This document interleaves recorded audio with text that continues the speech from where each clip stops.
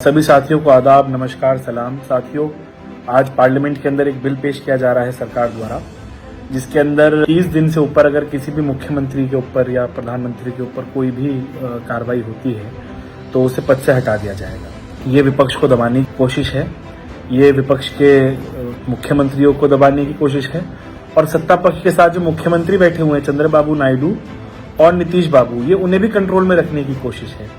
इसी प्रकार का एक बिल 3 साल पहले भी आया था, यूएपीए के अंदर जो रिफॉर्म्स लाए थे ये, और मैं कानून का छात्र रहा हूँ, एलएलएम कर ली है, पीएचडी कर रहा हूँ, और हमने जहां तक कानून पढ़ा है हमेशा हमें ये पढ़ाया गया है कि it is innocent until proven guilty, कि आप निर्दोष हैं जब तक आप दोषी साबित नहीं होते। लेकिन इस देश के अंदर लगातार इस कानून की धज्जियां उड़ाई जा रही है। यूएपीए के अंदर जो एक्सेप्शन लाए गए उसके अंदर आप दोषी हैं जब तक आप अपने आप को निर्दोष साबित नहीं कर सकते। इसी प्रकार आपने अब ये मुख्यमंत्रियों के ऊपर, आप ये न्याय मंत्रियों के ऊपर और मुख्यमंत्रियों के ऊपर, आपसे एक एमपी और एमएलए जो आपके विरोध में बोल देते हैं वो तो बर्दाश्त नहीं होते, तो आप मुख्यमंत्रियों को कैसे छोड़ देंगे।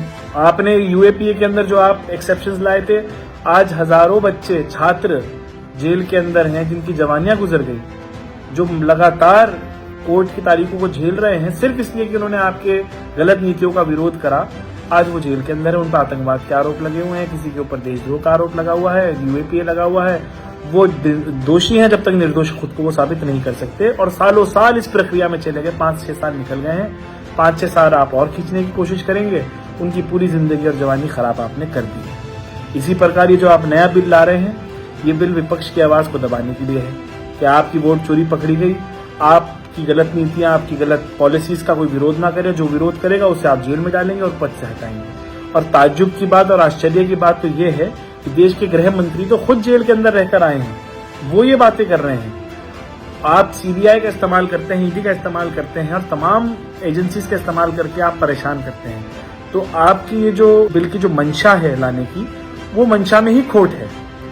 ये देश जमहूरियत है, डेमोक्रेसी है, लोकतंत्र है, नौकरशाही, अफसरशाही और तानाशाही का देश नहीं है।